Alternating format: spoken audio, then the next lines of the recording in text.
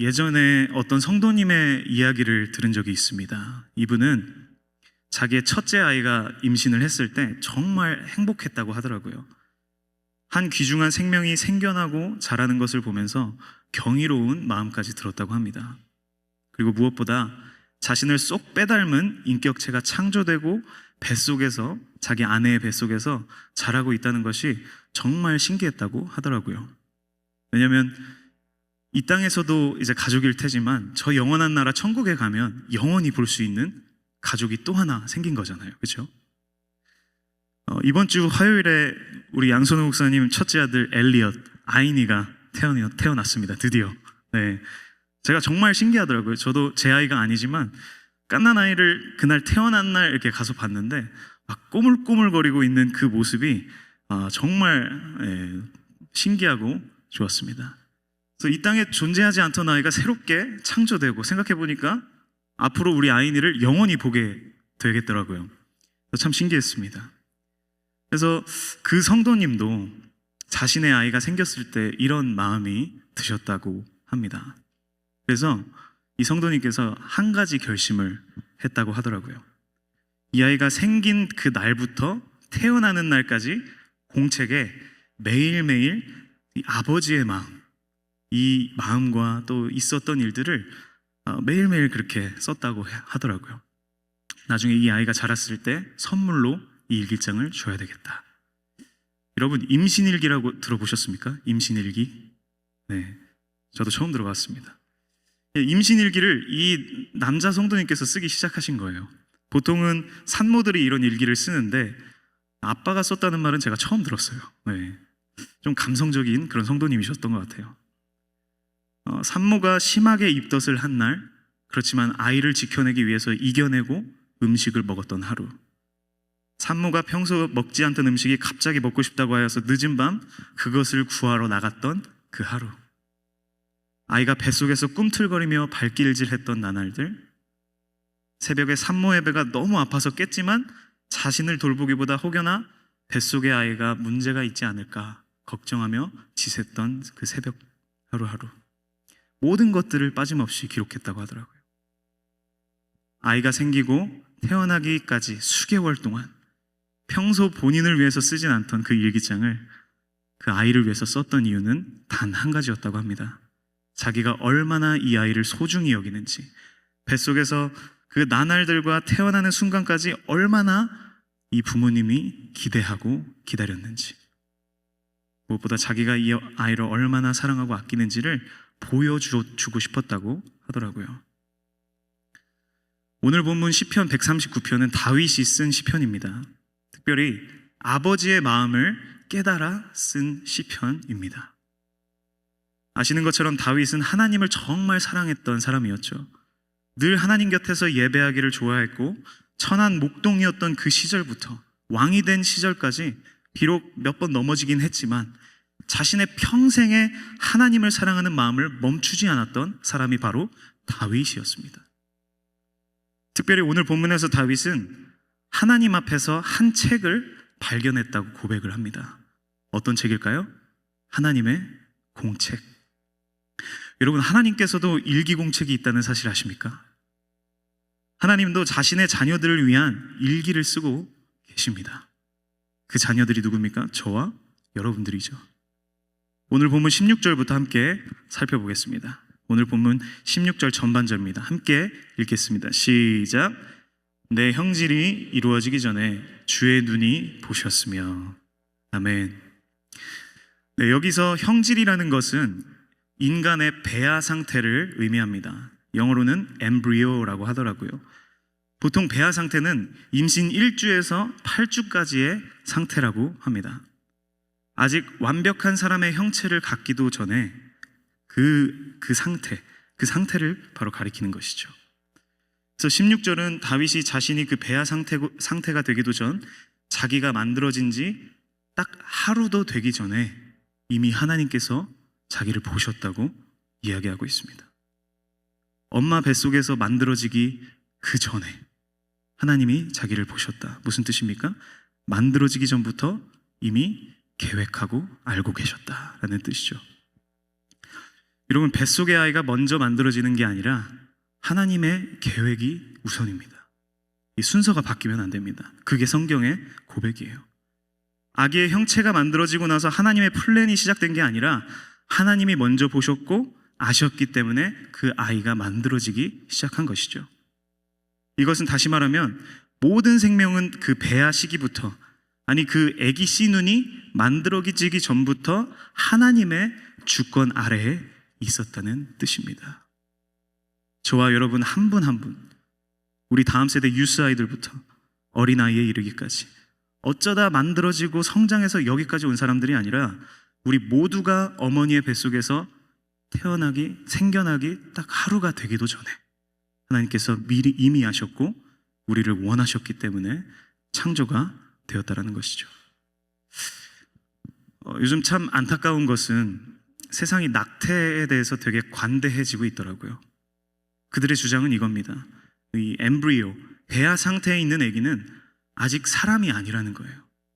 그렇기 때문에 그 생명의 선택권에 이 배아 그 아이에게 있는 것이 아니라 산모에게 있다라는 것이죠. 낙태는 산모의 기호에 따라 선택할 수 있는 선택 사항이라고 이야기합니다. 정말 말도 안 되는 주장이죠. 그것을 법적으로 보장해 준다? 말도 안 됩니다. 인류 역사 속에 이렇게 무자비하고 파렴치한 일들이 또 있을까 저는 싶더라고요. 여러분, 생명의 주권은 사람에게 있지 않습니다. 하나님께 있습니다.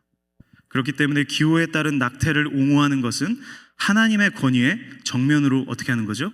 대적하는 행위인 것이죠. 여러분, 사람의 생명이 소중한 이유는 하나님이 창조하셨기 때문입니다.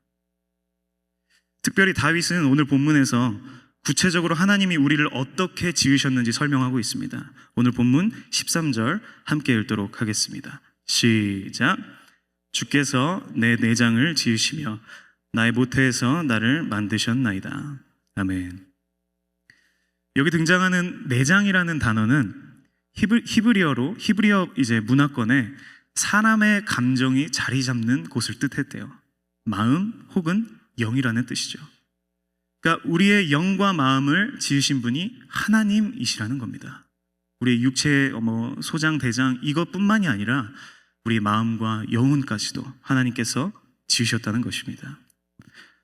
그리고 이어서 다윗은 창조의 설계자 하나님을 이렇게 찬양합니다. 14절, 15절입니다. 함께 읽겠습니다. 시작.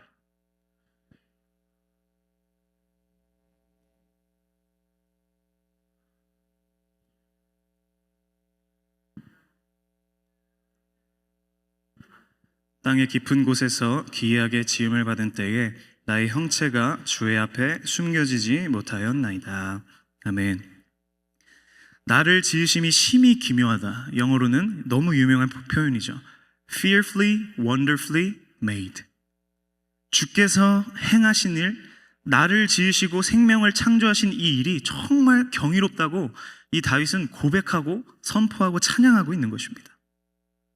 여러분, 저와 여러분 모두가 그냥 지어진 게 아니라 하나님께서 심혈을 기울이셔서 디자인하시고 설계하신 그 작품이라는 고백인 것입니다. 그리고 나서 다윗은 하나님 앞에 놓여있는 한 책을 드디어 발견하게 됩니다. 오늘 본문 16절 후반부 절입니다. 함께 읽겠습니다. 시작. 나를 위하여 정한 날이 하루도 되기 전에 주의 책에 다 기록이 되었나이다. 아멘. 하나님의 책이 등장하죠. 어떤 책입니까? 나를 위하여 정한 날들이 하루도 되기 전에 다 나에 대해서 기록된 책. 영어 성경에는 이렇게 번역을 합니다. NLT에서는 이렇게 번역을 합니다. 나의 모든 삶의 나날들, 순간들이 주의 책에 기록되어 있습니다. 내가 태어난 날 하루가 되기도 전에. 이번 주 화요일에 드디어 양선우 목사님의 아들 아이니가 태어났습니다. 그죠? 정말 귀엽더라고요. 꼬물꼬물거리면서 이제 우는데 참 이제 울다가도 금방 또 순하게 잡니다. 너무 순한 아이가 태어났어요. 그래서 저는 말씀을 준비하면서 딱 아이니를 보니까 아이니가 태어난 그 화요일 날 태어났거든요. 화요일이 되기도 전에 하나님께서 아이니를 위한 그 책을, 주의 책을 다 기록하셨다라는 것이 마음에 참 와닿더라고요. 아이니뿐만 아니라 우리 교회 유아부 시즈 아이들, 또 키즈 아이들, 유스 아이들, 또 우리 청년부, 그리고 저와 여러분에 이르기까지 우리 모두가 태어나기도 전에 이미 하나님의 공책에 우리들의 이야기들이 쓰여졌다는 사실, 여러분 믿으십니까? 그것이 성경의 선포이고 오늘 본문의 이야기입니다. 왜 쓰여 있겠습니까? 우리가 하나님의 자녀들이고 하나님이 우리의 영원한 아버지이시기 때문이죠. 여러분, 저도 끄적끄적 쓰는 공책이 있습니다. 바로 이 공책입니다. 제가 여러분한테 보여드리려고 일부러 가지고 나왔어요. 여기에는 제가 기도하다가 하나님께 받은 감동들, 성경을 읽다가 정말 깨달아진 그 본문의 내용들, 그리고 하루하루 지나면서 내가 정말 기억하고 싶은 그 일들을 이 노트에 적습니다.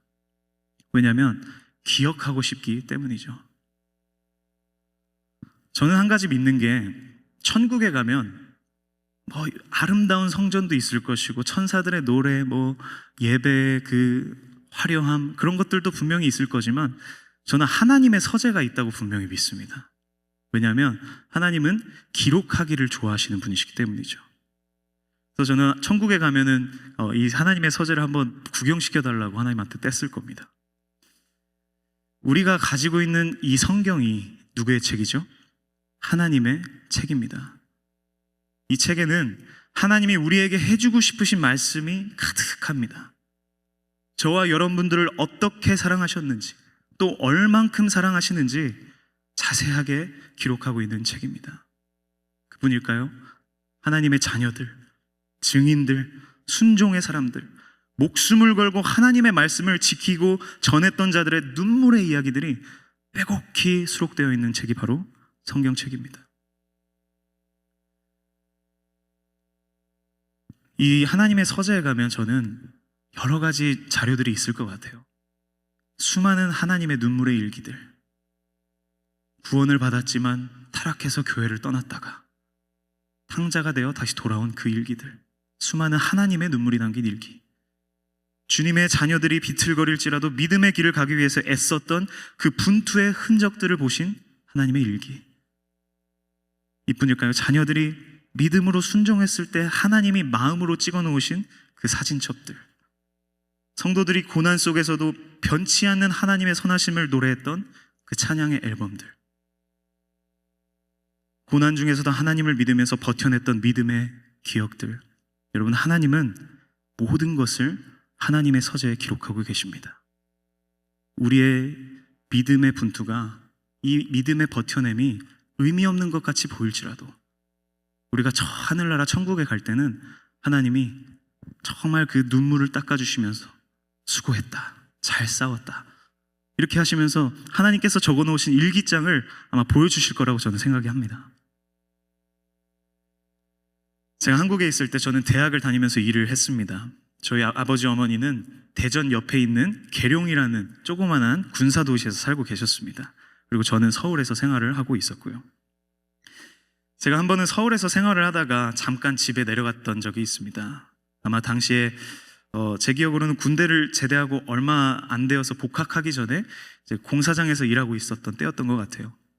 그래서 오랜만에 이제 계룡집에 내려와서 잠깐 몇 가지 볼 일들을 보고 반나절 정도를 있다가 다시 서울로 밤에 올라가게 되었는데, 당시에 이제 저희 아버지를 보지 못하고 올라가는 바람에 쪽지라도 좀 남겨야 되겠다 해서 출발하기 전에 그냥 방에 있는 손노트를 한 장 이렇게 찢어가지고 이렇게 제 마음을 남기고 갔던 적이 있습니다.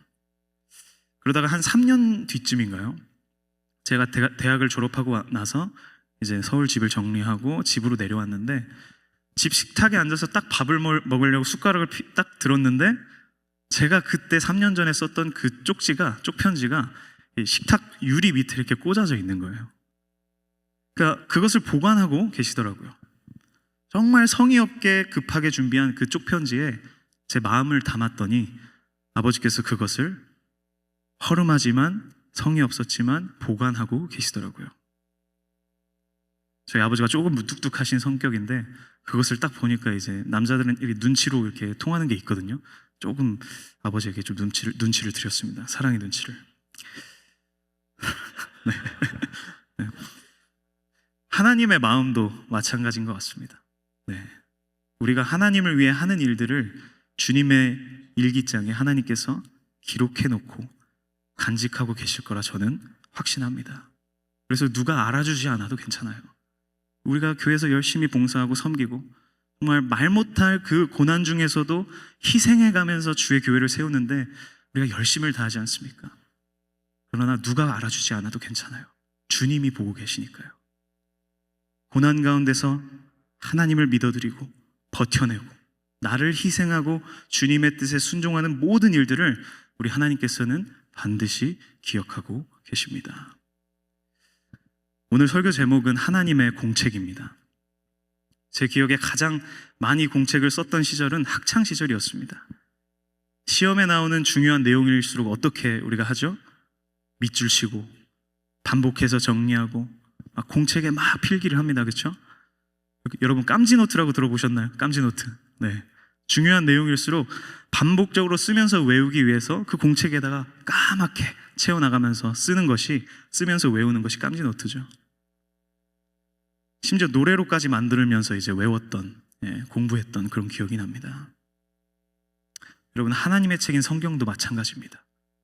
시대를 초월해서 계속적으로 반복되는 내용이 성경에 있어요. 구약과 신약을 통틀어서 계속 등장하시는 분이 계십니다. 누구시죠?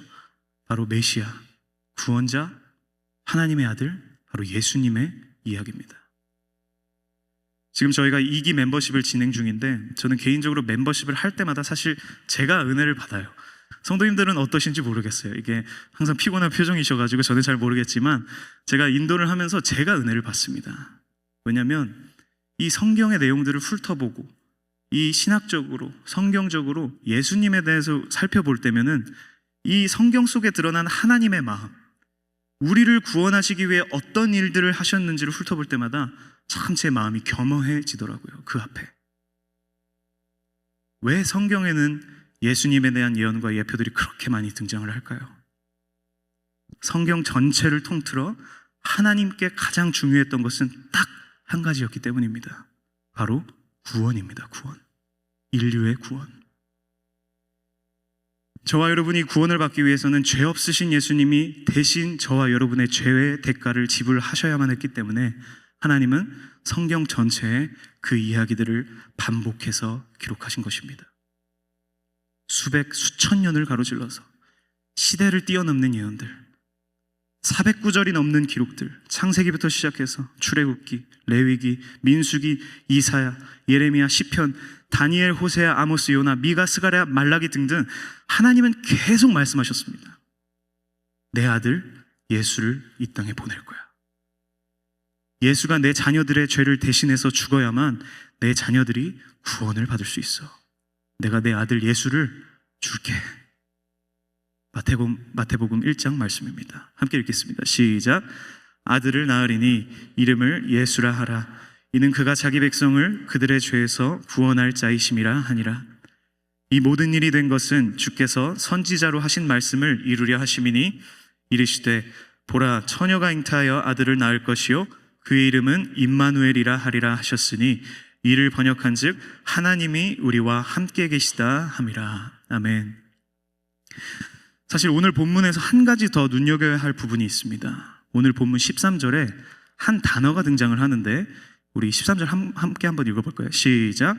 주께서 내 내장을 지으시며 나의 모태에서 나를 만드셨나이다. 아멘.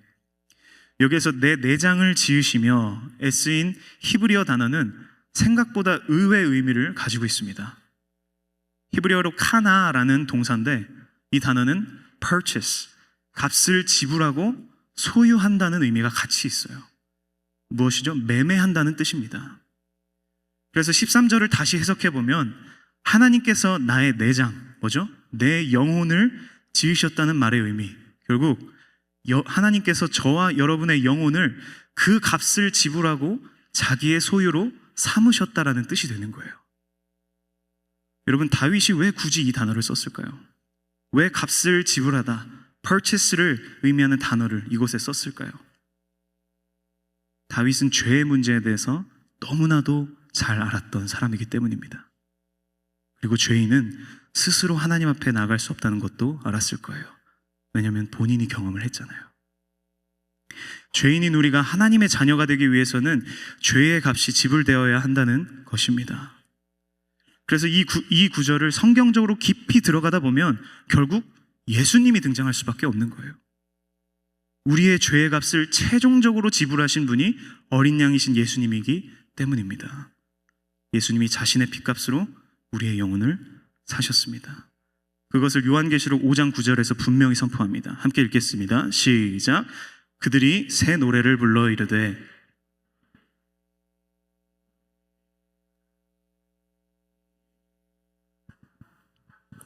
방언과 백성과 나라 가운데서 사람들을 피로 사서 하나님께 드리시고. 아멘. 사람들을 피로 사셨다. 예수 그리스도의 피로 저와 여러분들을 사신 것이죠. purchase, 카나하신 겁니다. 여러분, 저와 여러분은 예수님의 피값으로 자녀가 되었어요. 그러기에 십자가 앞에 서면 십자가 앞에만 서면 그 누구도 스스로를 드러낼 수가 없는 것입니다. 정말 겸손히 엎드릴 수밖에 없는 그 은혜를 받은 것이 바로 저와 여러분들입니다. 빈부귀천, 동서고금, 남녀노소를 막론하고 예수님의 귀한 보혈이 없이는 절대 하나님의 자녀가 될 수가 없기에 그 누구도 십자가 앞에서 자신을 드러낼 수가 없는 것이죠. 이처럼 하나님의 공책에는 저와 여러분들을 향한 하나님의 사랑의 계획이 가득합니다. 출생 이전부터 저와 여러분들의 인생은 그곳에 이미 쓰여지기 시작했어요. 우리를 위한 하나님의 은혜의 섭리가 그곳에 쓰여지기 시작했습니다. 왜죠? 하나님이 우리를 그토록 사랑하시기 때문입니다. 우리의 좋으신 아버지가 바로 우리 하나님이시고 우리는 그분의 자녀로 부름을 받았기 때문입니다.